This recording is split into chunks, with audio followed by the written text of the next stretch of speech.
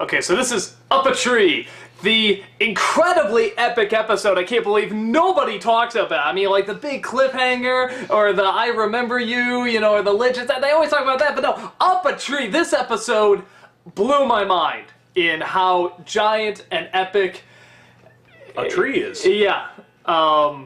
This has really enlightened me as to the workings of the inside of a tree. But basically what it is... in the tree, part of the tree. Yes. I will never forget that shanty. And how everything goes... Did we ever see why everything was green in there? No. I don't remember, to be honest. But no.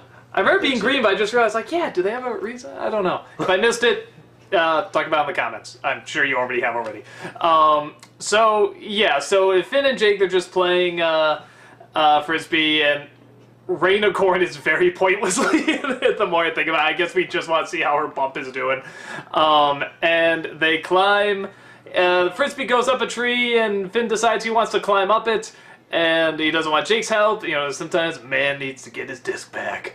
So these animals seem to kind of be helping him, but then it turns out they're trying to either get rid of him or trap him forever. He finds out they try to trap him forever, but he befriends a squirrel, a quote-unquote flying squirrel, and he just walks through the bars, which is great. I love that joke because...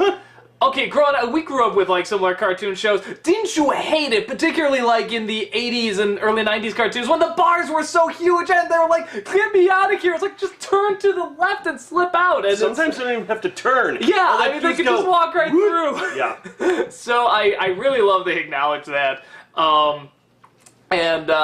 He gets on the squirrel and they jump out and he thinks he can fly, but he really can't. Because it's not actually a flying squirrel. Yes. But then the Frisbee comes, which is just flying like a glider or a plane or something, and... The perfect throw. Yeah, just the perfect throw, I guess.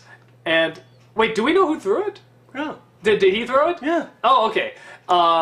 So he throws it. It just so happened to be the perfect throw, and they fly into the sunset, and it's...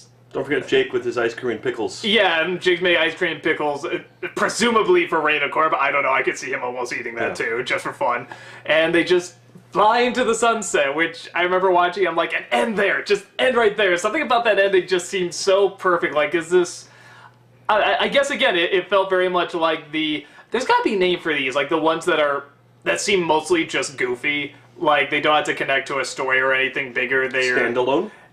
I guess so. I mean, but it's... Like, there's ones that are more serious that can kind of be standalone, too, but they seem very much like a Ren and Stimpy episode. Like, hey, this is just silly, stupid, fun. It doesn't have to tie together at the end. It can just end at a random moment, and, you know, it's like a delightful waste of time. There you go. You just named it. There you go. Delightful waste of time. D-W-O-T. Dwat. Don't let that become a thing, because that's a terrible word. No, that's awesome, Dwat. Dwat. Dwat. Sounds Klingon. Dwat. If I spoke Klingon, which I don't. But, yeah, it's a fun episode. Loser. I said I don't speak Klingon, or is that why I'm a loser? No, it's because you do speak Klingon. I know you do. So, is Dwat... Actually, tell me that if Dwat is a word. I'm actually betting it might be a word. It just sounds like a Klingon word, and they make up all sorts of crap. Okay, so about this episode. Gotta get distracted too easily. I mean, yeah, it was fun. I liked seeing the snail again, just knowing he got out okay after being possessed by the Lich. Okay, here's a question. Maybe you'll know, or maybe you won't. After the snail got possessed by the Lich, do you keep seeing him in every single episode? Is it the same pose, or his eyes glowing or something? It's always the same pose, and it's never really close up enough where you get to see his eyes. Okay, it's yeah, because I was wondering distance and kind of hidden. Okay, but, yeah, and again, this one's easy to spot. He's just right there waving. It's like, oh, he's okay. That made me feel good. But, yeah, you know, it was just a fun, cute episode. I love the owl that wears the shirt that just says owl. And, yeah, no, I liked it. That owl, that was Pete. Jim Cummings, Jim Cummings, that's it. I'm sorry, I only think of him as Pete, or the mask from Splatterhouse. My favorite, this connects to nothing, I know, big shock, but they were playing Final Fantasy, like the redone version, whatever, and there's a character on there, and I said, is that Rob Paulson? And he's like, I don't know, I'll check. I mean, he's got his tablet, he always checks, and he goes, yeah, he's like, well, apparently this guy's done a lot of stuff. Did you know he was on Ninja Turtles and Animaniacs? I'm like, I think so, yeah. I didn't know he did video games. So I didn't know he did anything. I don't know who the hell he was. You're just like, he's Raphael and Donatello. How is that possible? And apparently, I watched all of these, and somehow I never connected. How could the you dots. never? It's like one of the most distinct voices. But I pick up on Pete for some strange reason. Yeah, no, he's also Winnie the Pooh too.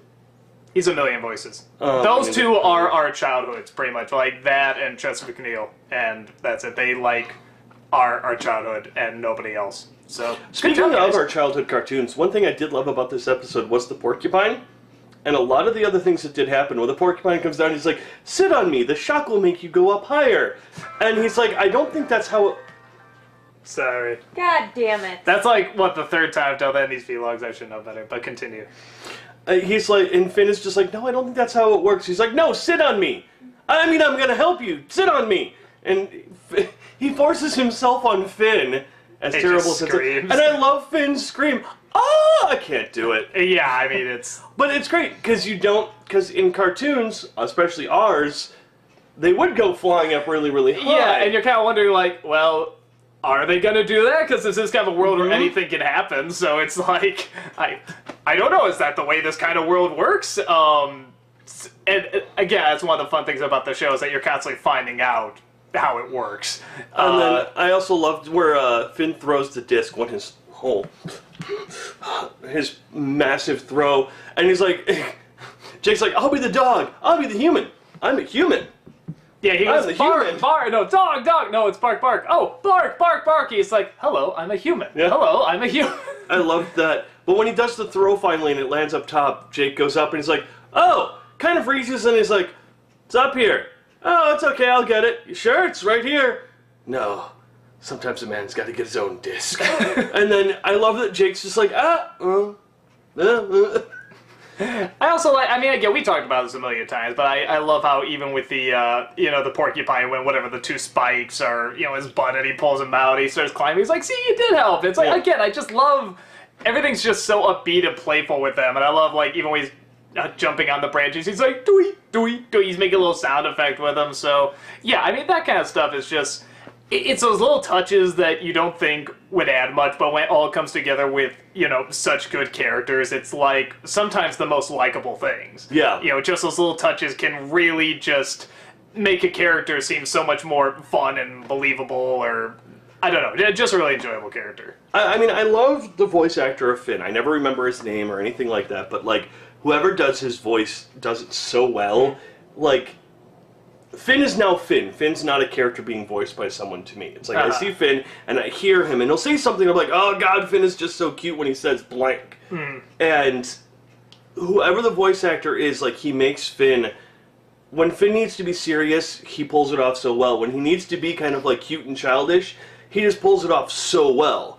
And, like, this is a prime example of that, where he's just like, do-do-do-do-do, do-do-do-do-do, and you, like, when he pops up on top, he's like, whoop!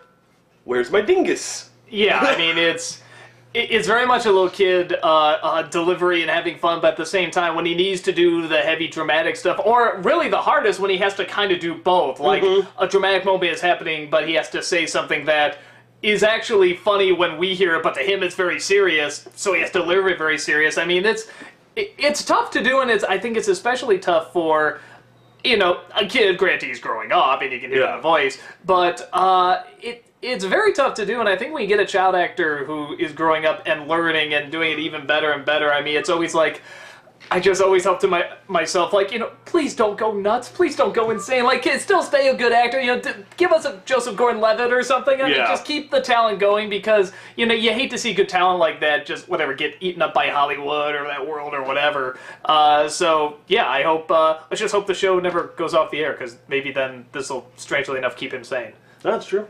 Oh, by the way, I was informed and clarified by the people, the wonderful people in the comments section.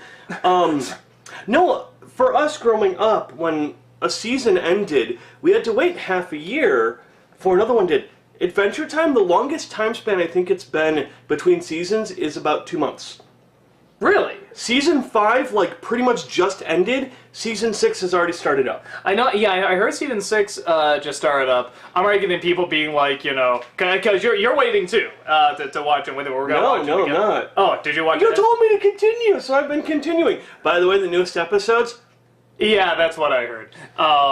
So dumb past me. No, actually, I do remember telling you that. Now you mentioned it, but yeah, no, that's what I'm hearing. I'm hearing they're like really, really good. but I'm so used to having to wait extended periods of time before you get to watch your beloved show again.